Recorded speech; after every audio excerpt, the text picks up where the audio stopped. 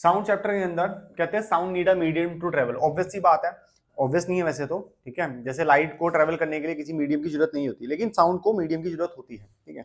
इसका best example मैंने आपको समझाया था, अगर हम लोग स्पेस में चले जाए तो वहां पे हम लोगों को आवाज एक दूसरे की नहीं आएगी। क्यों? क्योंकि वहां पे कोई मीडियम नहीं है, ठीक है। ना एयर है, ना गैस है, ना सॉलिड है, कुछ भी नहीं है बीच में, ठीक है। और वैसे भी हम लोग स्पेस सूट पहन के बैठे होंगे वहां पे, या सॉरी, ना खड़े होंगे ना बैठे होंगे, तैर रहे होंगे, ठीक है। तो उड़ रहे होंगे, हाँ ये ज्यादा बेटर है, उड़ रहे होंगे। कह रहा the substance through which the sound travel is called the medium. Medium क्या होता है? कह रहा वो सब्सटेंस जिसके अंदर साउंड वेव ट्रेवल करेगी, we called it a medium. कह रहा साउंड वेव जो है वो मैकेनिकल वेव्स हैं, जिसकी वजह से उसको एक मटेरियल की जरूरत है, ठीक है। जैसे हम लोग साउंड उसकी बात करें, जैसे लाइट वेव की बात करें, वो मैकेनिकल वेव्स नहीं है, इसलिए उसको कोई भी मीडियम की रिक्वायरमेंट नहीं है।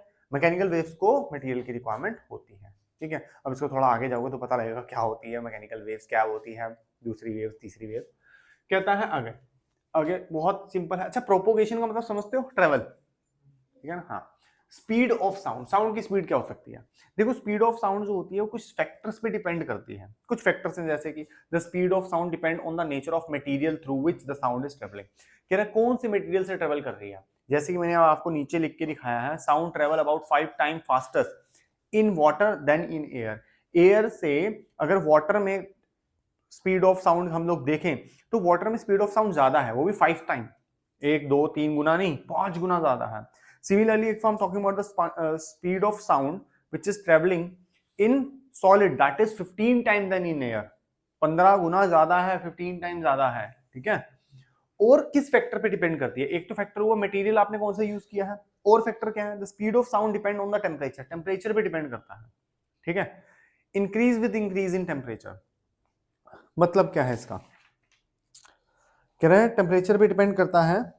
As the temperature of air rises the speed in it increases. जैसे ही टेम्परेचर राइज होगा हवा का, वैसे ही टेम्परेचर वो स्पीड ऑफ साउंड बढ़ जाएगी उसके अंदर। आगे, the speed of sound depend on the humidity of air. Humidity क्या होता है? कि हवा में पानी का परसेंटेज कितना है, that is what we call the humidity. जैसे बारिश होती है, ठीक है, बारिश होगी तो क्या होगा? कहता है humidity. The speed of sound depend on the humidity of air. कह रहा है faster as the humidity of air increases. जैसे यहाँ पे बारिश हुई तो ह्यूमिडिटी इंक्रीज हो गई, तो कहते हैं increase the speed of sound through it also increases. जो स्पीड ऑफ साउंड है वो भी इंक्रीज हो जाएगी। छोट में लिखा है increase with increase in humidity, ठीक है। स्पीड ऑफ साउंड इंक्रीज होगी अगर ह्यूमिडिटी ज्यादा होगी तो। छोटा सा टॉपिक था, बहुत ज्यादा कुछ था नहीं, ठीक है, लेकिन आपको थोड़ा बहुत इसके बारे में पता जरूर होना चाहिए। हम बात करें सोनिक बूम की। अच्छा जी, इसकी ना कभी जाके यूट्यूब पे जाके सर्च करना सोनिक बूम, ठीक है। एक बढ़िया सा एयरक्राफ्ट आएगा, छोटा सा, बढ़िया सा, फुल स्पीड पे भागने वाला, ठीक है, जो कि आवाज लगा के भाग जाता है और उसको अपनी खुद की आवाज नहीं आती, ठीक है। मतलब कि जहां जहां उसने अपनी आवाज निकाली है, उस आवाज को सुनने से पहले उस आवाज की स्पीड से भाग जाता है। नहीं समझ आ रहा ना? मुझे भी नहीं आ रहा, तो समझते हैं क्या कह रहा है। कह रहा है term supersonic refer to the speed of an object which is greater than the speed of sound, ठीक है। सोनिक का मतलब क्या है? मूवी नहीं देखी सोनिक? नहीं देखी? देखनी थी। कि सुपरसोनिक वो स्पीड है ऑब्जेक्ट की जो कि ज्यादा है साउंड की स्पीड से, समझा? अगर मान ले मैं सोनिक हूं, वो रैबिट है, वो कौन है जो ये कह रहा है, ठीक है, हैजहॉग। तो मैंने यहां से इसको आवाज लगाई, ठीक है, और मैं भाग गया। वो जो आवाज मैंने लगाई, एग्जाम्पल के लिए मैं एक मशीन हूं, ठीक है, जो आवाज मैंने लगाई, ठीक है, जब तक वो मेरे कानों में आती ऐसे घूम के, उससे पहले मैं भाग गया यहां से, और साउंड मेरे पीछे पीछे आ रही है, मैं उससे आगे आगे भाग रहा हूं। That is the speed of sonic, ठीक है ना। उसे हम सोनिक क्या बोल सकते हैं? सोनिक बोलते हैं, ठीक है। स्पीड ऑफ साउंड जो सोनिक बूम होते हैं, सोनिक सुपरसोनिक जो वर्ड होता है उसको हम बोलते हैं जो स्पीड ऑफ साउंड से ज्यादा है। अब सोनिक बूम क्या होता है? एक्सप्लोसिव नॉइज, किसी चीज के फटने की आवाज, ठीक है, explosive noise caused by the shock wave from an aircraft which is traveling faster than the speed of sound. ये क्या होता है? थमने वाली बात है। आप एयरक्राफ्ट को पीछे देखो, छतरी बनी हुई हवा की, ठीक है, सोनिक बूम है वो। कैसे है ध्यान से समझो। सोनिक बूम है एक्सप्लोसिव नॉइज, एक्सप्लोसिव नॉइज है, कभी आप लोग एरोप्लेन में बैठे हो, एरोप्लेन नॉर्मल एरोप्लेन, वो सोनिक बूम प्रोड्यूस नहीं करता, आपने देखा साउंड कितनी है उसकी, सोच अंदर साउंड इतनी है तो बाहर साउंड कितनी होगी उसकी, बहुत ज्यादा ना। वहां तो अच्छा वो तो छोटी मोटी बातचीत है, वो तो एक्सप्लोसिव साउंड भी नहीं है अभी, ठीक है। अब एक्सप्लोसिव साउंड मतलब कि जेट एरोप्लेन की अगर हम लोग बात करें, जो एरोप्लेन में हम बैठते हैं वो टरबाइन वरबाइन से थोड़ा घूमता है उसमें, ठीक है, प्रोपेलर्स लगे हुए होते हैं, लेकिन जिसकी मैं बात कर रहा हूँ जो जेट एरोप्लेन है वो एक्सप्लोसिव साउंड प्रोड्यूस करता है। कभी फाइटर जेट जाते हुए देखिए क्या खतरनाक आवाज निकालते हैं, एरोप्लेन की आवाज नहीं है वो, एरोप्लेन की आवाज तो 1 टन होती है मेरे ख्याल से उसकी। हाँ जी रख दो, नहीं मेरा है। ठीक है यहाँ तक तो सोनिक बूम समझ आई। तो क्या है, एरोप्लेन जा रहा है, ठीक है, नॉर्मल वाला नहीं, जेट एरोप्लेन। तो जेट एरोप्लेन की जो कह सकते हैं क्या निकल रही है, जब वो भागता है तो उसकी एक्सप्लोसिव जो नॉइज है, अब मैं उसकी बात कर रहा हूँ, ठीक है। तो क्या करता है वो, the sonic boom an explosive noise caused by the shock wave, जो कि प्रोड्यूस कौन कर रही है, शॉक वेव्स, ठीक है, ऑफ फ्रॉम एन एयरक्राफ्ट, किससे, एयरक्राफ्ट से, कब, travelling faster than the speed of sound, जब वो स्पीड ऑफ साउंड से भी तेज भागता है। आई बात समझ। अब स्पीड ऑफ साउंड पूछना चाह रहा तू, हाँ, शॉक वेव एक ऐसी वेव है जो वो प्रोड्यूस करता है, अगर मैं तेरे को दिखा सकूं तो 1 सेकंड लगेगा, आई कैन शो यू। देखो ये एयरक्राफ्ट है और इस एयरक्राफ्ट के अगर हम लोग पीछे देखें तो ये क्या बन रखी है, सोनिक बूम, और ये कब बनती है, जब एयर कंप्रेस होती है वहां पे, ठीक है, और ये आपको अलग अलग सोनिक बूम बनते हुए नजर आएंगे। तो ये होता कैसे है, जैसे ही ये एयरक्राफ्ट यहाँ से निकला है तो इसके अंदर से क्या निकलेगी, बहुत ज्यादा कंप्रेस्ड एयर, ठीक है, जिस एक्सप्लोसिव साउंड की वजह से भी हो सकता है वो, इसलिए हम लोग उसको बोलते हैं सोनिक बूम, ठीक है। सोनिक बूम एक एक्सप्लोसिव साउंड है, जैसे मैंने आपको बताया, एक फटने की आवाज है, बहुत ज्यादा लाउड है, और जो एयरक्राफ्ट में बैठ के एयरक्राफ्ट को चला रहा है उसको आवाज ये नहीं आने वाली, क्योंकि उसके आवाज में कान में आवाज पहुंचने से पहले तो वो भाग चुका, ठीक है ना, उसकी खुद की स्पीड इतनी स्ट्रॉन्ग है उसको वो आवाज नहीं आने वाली। समझ आ गई बात। The race between sound and light, आओ जी, अगर हम रेस लगाएं लाइट की और साउंड की तो कौन जीतने वाली है, लाइट, ठीक है।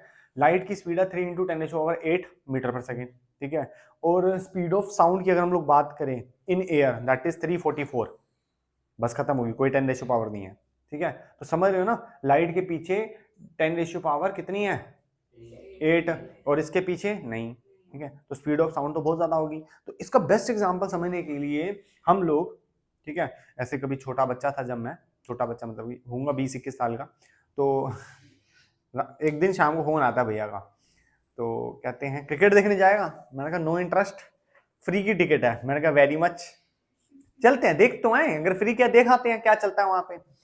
तो मैं पूछा, कह रही 1500 की टिकट है, मैंने कहा आपने बोला फ्री की है, कह रहा तेरे लिए फ्री थी, मैंने खरीद लिया, मैं चलो कोई बात नहीं देख लेते, मेरे को तो फ्री पड़ रही है ना, भाई ने खर्च लिया, उसका मन होगा दिखाने का, चले गए। तभी वहां जाके ये नहीं समझ आ रहा नीचे कौन खेल रहा है, क्योंकि दिख ही नहीं थे, वेरी वेरी स्मॉल, ठीक है। तो वहां पे भी स्क्रीन लगी हुई थी, उसी में से देख रहे हैं, अच्छा धोनी अंकल खेलने गए हैं, ओ विराट कोहली बॉलिंग करेगा, वैसे कोई वो थी, वो क्या बोलते हैं, आईपीएल चल रहा था, तो भी बोर हो रहे हैं, कुछ समझ तो आ नहीं रहा। हाँ बस एक ही चीज समझ आ रही है कि बॉल इधर से गई है, वो भी कमी दिख रही है, ठीक है। जब बॉल टिक होती थी ना, मतलब जब बॉल को वो खेलते थे बैट से, दिख रहा है खेल रहा है, आवाज नहीं आ रही, आवाज आ रही है थोड़ी सेकंड बाद। ये बड़ी इंटरेस्टिंग चीज लगी, मैंने फिर देखा उसको, छक्का लग चुका है, आवाज आ रही है, मैंने कहा फिर देखते हैं, चौका लग चुका है, आवाज आ रही है, छक्के भी आवाज कम आई थी मान रहा हूं मैं, चौके में अब बात ये आ रही है कि भाई ये कौन सी साउंड है, और ये हमेशा तभी आ रही है जब हम लोग खेल रहे हैं, मतलब खेलने के बाद बैट से निकलने के बाद ये साउंड आ रही है, समझ रहे हो। तो ये साउंड जो आ रही है हमारे पास, ये बड़ी क्या है, एकदम साउंड हमारे पास आ रही है, ये बॉल की आवाज है जब बैट से टकरा रही है। सर ये उसी समय आनी चाहिए ना जिस समय बैट से टकराई है। देख हम जो देख रहे हैं वो अप्रोक्सीमेटली, अगर मैं डायगनली भी अपनी आंखों के एक रेंज निकालूं तो अप्रोक्सीमेटली वो 200 से 300 मीटर मेरे से दूर था वो बैट जिसमें से आवाज आनी है, ठीक है, और उसको मैं देख पा रहा हूं बहुत तेजी से, क्योंकि speed of light is very fast, ठीक है। लेकिन जो चीज मैंने अभी देखी है वो भी कुछ मिली सेकेंड पुरानी है, और जो मैंने सुनी है वो तो कुछ 10-12 सेकंड पुरानी है, 2 सेकंड पुरानी है, 3 सेकंड, मुझे कैलकुलेशन एग्जैक्टली नहीं पता, लेकिन हाँ आती है आवाज बात में थी, ठीक है। तो बाद में आवाज क्यों आ रही है? क्योंकि जो लाइट निकली हो पहले निकली है, ठीक है, और तेज भाग रही है। जो साउंड वहां से निकली तो दोनों बराबर टाइम पे हैं, लेकिन speed of sound is very slow, ठीक है। इसीलिए हम लोगों को आवाज बाद में सुनाई दे रही थी। ऐसे ही मैं जैसे थोड़ा बड़ा हो गया, थोड़ा साइंस वाइंस पढ़ ली 9th-10th में, तो मैं सबको पागल बनाता था घर में। मैं अब देखो बादल गरज रहे हैं, आवाज आएगी 2 सेकंड में, आवाज आ रही घूम, घर वाले देख रहे हैं, अच्छा इतनी बड़ी शक्ति है इसके पास। मैंने कहा 2 सेकंड बाद फिर आएगी, सच में आवाज आ रही है। सब लोग परेशान है, किसी को नहीं बता रहा आवाज कैसे आ रही है, और किसी को समझ भी नहीं आ रही। क्यों? मैं लाइटनिंग देखता था और मैंने नोट किया लाइटनिंग निकलने के 2-3 सेकंड बाद आवाज आती है। जिस समय लाइटनिंग निकली उस समय आवाज नहीं, थंडरस्टॉर्म जिस समय हो रहा है उस समय आवाज नहीं आ रही, क्योंकि वो तो बहुत ऊपर हो रहा है, उसको नीचे आने में आवाज को टाइम लग रहा है, लेकिन लाइट पहले आ चुकी है सेकंड के हिसाब से, ठीक है। तो मैं लोगों को कैसे पागल बना रहा हूँ, 3 सेकंड बाद बादल कड़केंगे, आवाज आएगी, वो देख रहा है लाइट तो निकल गई, आवाज तो नहीं आ रही, पागल बना रहा है, हाँ आ गई आ गई आ गई। समझाना किसको है? फीस लेते हो ना समझाने की, तो उसको भी समझाओ, उसको पागल ही बने रहने दो। अच्छा, जोक सा बात, छोटा बच्चा था, हमें क्या मस्ती करते हैं ना बच्चे, तो ये भी एक बेस्ट एग्जांपल था। तो पढ़ के तो मैं यहीं से गया था, उसने नहीं पढ़ा होगा, ठीक है ना, पागल बनाने में क्या, अनपढ़ बंदे को पागल बना सकते हैं, बोलते नहीं है। उसने नहीं पढ़ा, जो नहीं पढ़ा वो अनपढ़ है। अच्छा जी, ये क्लियर हो गया, ठीक है। सोनी बूम समझ आ गया, ये भी समझ आ गया, क्रिकेट वाला बात भी समझ आ गई। कुछ एग्जांपल्स और भी इसके अंदर, और भी बहुत सारे एग्जांपल्स हो सकते हैं, ठीक है ना, तो थोड़ा सा आपको देखना पड़ेगा। क्लियर होगी बात? डन है।